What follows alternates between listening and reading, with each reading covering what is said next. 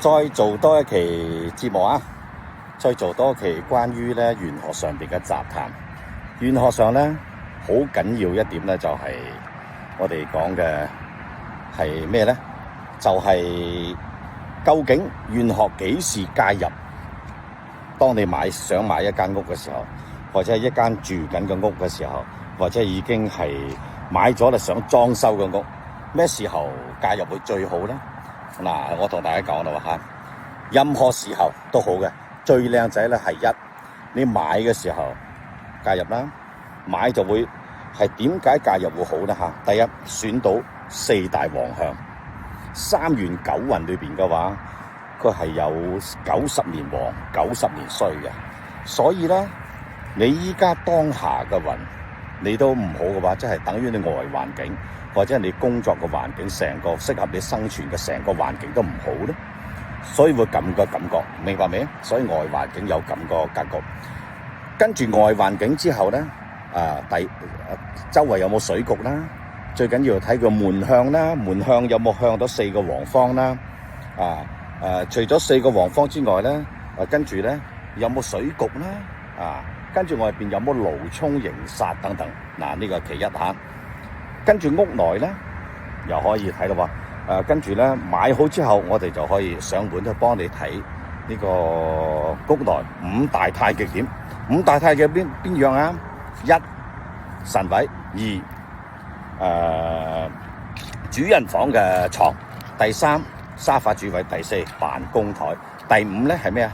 第五咧就係爐灶呢個爐灶位都好緊要嘅嚇，我同你講，灶位其實喺古代裏邊咧就係一個財富，就係你屋企所有民以食為天嚇，財富係好緊要嘅。所以咧三陽屋外，五陽咧屋內，所以八卦方位亦有八樣嘢所以咧希望大家咧隨時假如你想買屋、想租屋或者係我依家住緊嘅屋，哇，感覺總係爭啲咁我點樣幫佢調旺咧？你記得我唔需要敲打，唔需要拆你嘅牆，唔需要點樣嘅，我只係將五大太極點裏邊進行挪動入到旺氣就 OK 啦。呢個係最緊要嘅。外邊嘅刑煞咧，呢點係都緊要。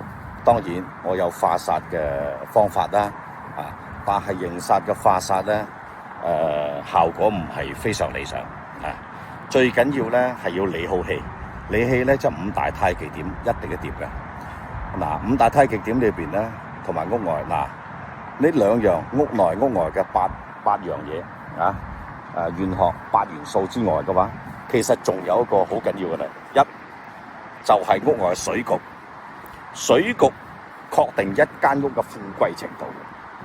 水局跟住啦，神位係分分秒秒24小時裏邊咧，都係吸緊嘅氣，係旺氣，佢就俾你旺運；衰氣就俾你衰運，所以好緊要所以屋企嘅個神位擺唔正，你就慘啦，真係。